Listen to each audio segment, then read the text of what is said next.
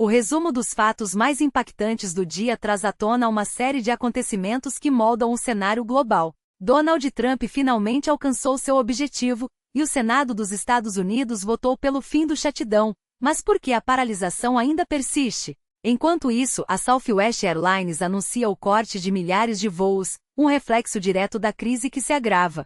Na Síria, o líder Bashar al-Assad, com uma bola de basquete nas mãos, aguarda um encontro com Trump, em meio a tensões que não dão sinais de arrefecer. Do outro lado do mundo, a Ucrânia é abalada por um escândalo de corrupção envolvendo a lavagem de 100 milhões de dólares. O ex-ministro de Energia e um dos donos do Quartal 95 estão no centro das investigações. Moscou, por sua vez, sinaliza disposição para negociar a paz com Kiev, mas as condições permanecem nebulosas.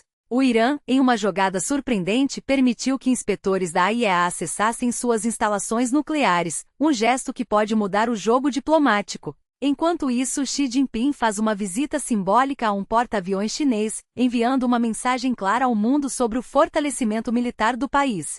Na França, o ex-presidente Nicolas Sarkozy deixou a prisão após cumprir apenas 20 dias de uma pena de 5 anos, um caso que levanta questionamentos sobre justiça e privilégios. Na Rússia, a cantora Nuka foi detida novamente ao sair de uma pizzaria, em mais um episódio que reforça a repressão no país.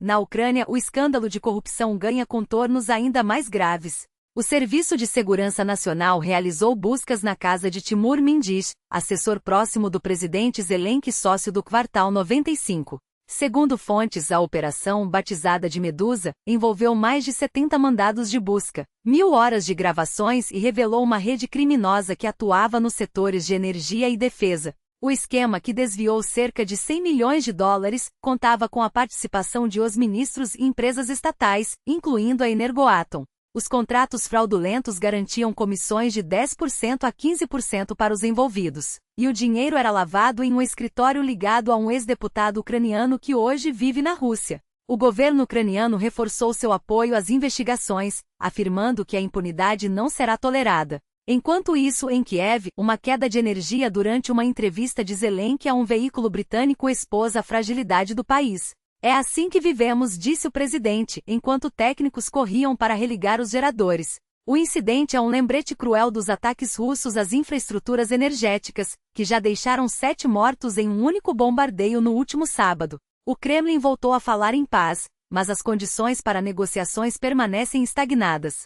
Dmitry Peskov, porta-voz de Putin, admitiu que o processo está em um impasse, mas reiterou que a Rússia está aberta a diálogos. Enquanto isso, nos Estados Unidos, o Senado deu um passo crucial para encerrar o shutdown, com 80 votos a favor e 15 contra. A medida, que financiará o governo até 19 de janeiro, ainda precisa ser aprovada pela Câmara e sancionada por Trump. Os republicanos cederam às pressões democratas e prometeram discutir subsídios à saúde em dezembro, um avanço significativo após semanas de paralisia. A crise já afeta milhões de servidores públicos e programas sociais, além de causar caos no setor aéreo. Mais de 2.800 voos foram cancelados, e outros 10.000 sofreram atrasos, em um cenário que ameaça paralisar o transporte nos Estados Unidos. A situação é ainda mais grave quando se considera o impacto sobre crianças que dependem de programas de alimentação e pacientes que enfrentam dificuldades para acessar tratamentos. Como um presidente pode usar crianças famintas e doentes como moeda de troca? Questionou um senador democrata em uma crítica contundente a Trump. O desfecho dessa crise ainda é incerto, mas uma coisa é clara: a instabilidade política e econômica tem consequências reais para milhões de pessoas. Enquanto o mundo acompanha esses desdobramentos, a esperança é que as soluções não demorem a chegar. Afinal, em tempos de incerteza, cada decisão conta. O país enfrenta um colapso iminente. Foi essa a advertência contundente do secretário de Transportes dos Estados Unidos, Pete Buttigieg, diante do impasse que já dura 40 dias, o mais longo shutdown governamental da história. E a situação só tende a piorar. A cada dia, menos controladores de tráfego aéreo comparecem ao trabalho, enquanto os salários seguem suspensos por conta da recusa dos democratas em ceder. Quando olho para as próximas 2 semanas, especialmente com o feriado de Ação de Graças se aproximando, o cenário é alarmante, alertou. Milhões de famílias planejam viajar para se reunir, mas com tão poucos profissionais nas torres de controle, o sistema simplesmente não aguentará. Voos serão cancelados em massa, aeroportos entrarão em caos, e o que deveria ser uma celebração se transformará em um pesadelo logístico. As companhias aéreas já estão em alerta máximo. Desde o terceiro dia de paralisação, milhares de voos foram cortados e as projeções são ainda mais sombrias. A Administração Federal de Aviação, FAA,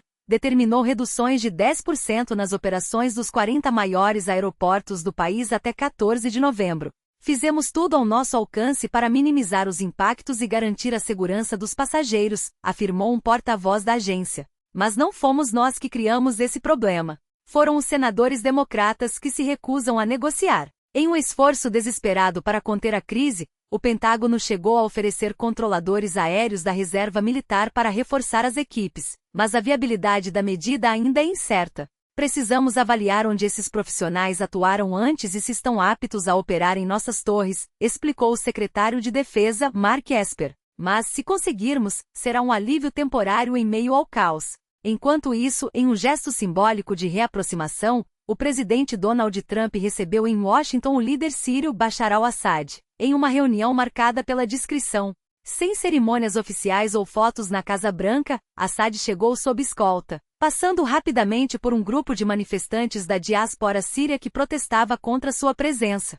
As imagens divulgadas pelo Ministério das Relações Exteriores da Síria mostraram um momento inusitado. Assad jogando basquete com altos oficiais das Forças Armadas dos Estados Unidos, incluindo o almirante Brad Cooper e o general Kevin Lambert. O encontro faz parte de uma estratégia de Trump para reconstruir laços com Damasco, após anos de sanções e isolamento. Em junho, o governo americano suspendeu a maioria das restrições econômicas à Síria, e em maio Trump já havia se reunido com Assad em Miami. A mudança de postura é controversa. Assad, outrora líder da Al-Qaeda na Síria e alvo de uma recompensa de $10 milhões pelos Estados Unidos, assumiu o poder após a queda de Bashar al-Assad em dezembro do ano passado e agora busca reintegrar seu país à comunidade internacional. A visita dos inspetores da Agência Internacional de Energia Atômica, AIEA, às instalações nucleares iranianas na semana passada só aumentou as tensões. Em Teherã, os técnicos visitaram um reator de pesquisa de Teherã, mas as declarações do diretor-geral da AIEA, Rafael Grossi, sobre a natureza pacífica do programa nuclear iraniano geraram polêmica. Não há evidências de que o Irã tenha desviado seu programa para fins militares, afirmou Grossi em entrevista recente. Exigimos que o órgão cumpra seu papel técnico, sem se deixar influenciar por especulações políticas. A resposta de Teherã foi imediata. Essas declarações são exatamente o que sempre pedimos, uma avaliação baseada em fatos, não em narrativas ocidentais. Do outro lado do mundo, a China deu um passo decisivo em sua corrida armamentista. O presidente Xi Jinping inspecionou pessoalmente o Fujian, o mais novo e avançado porta-aviões do país, durante sua cerimônia de lançamento na província de Hainan. Com uma pista de decolagem plana e catapultas eletromagnéticas, o Fujian representa um salto tecnológico em relação aos seus antecessores, o Liaoning e o Shandong, ambos baseados em projetos russos. Este navio será capaz de operar aeronaves mais pesadas e melhor armadas, elevando significativamente nossa capacidade de projeção de poder, declarou um oficial da Marinha Chinesa. Analistas militares do Indo-Pacífico acompanham de perto os próximos testes do Fujian, especialmente sua integração com submarinos e navios de apoio. A rapidez com que a China dominar as operações de voo neste porta-aviões definirá seu alcance estratégico nos próximos anos, avaliou um especialista em defesa. Na Europa, o ex-presidente francês Nicolas Sarkozy obteve uma vitória temporária. Um tribunal de Paris ordenou sua libertação da prisão enquanto aguarda o julgamento de um recurso.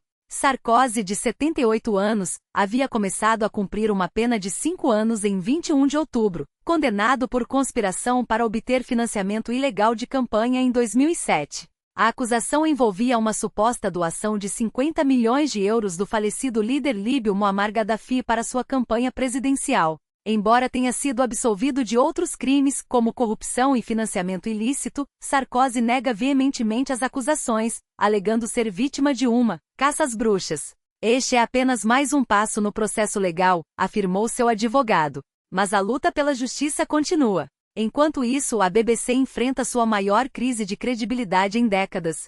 O presidente do Conselho de Administração da emissora, Richard Sharp, pediu desculpas públicas pelo erro de julgamento, no tratamento de um discurso de Trump em 2020, editado de forma a distorcer seu tom. Reconhecemos que a edição da fala do presidente foi enganosa e não refletiu os padrões que esperamos, admitiu Sharp. Deveríamos ter agido antes.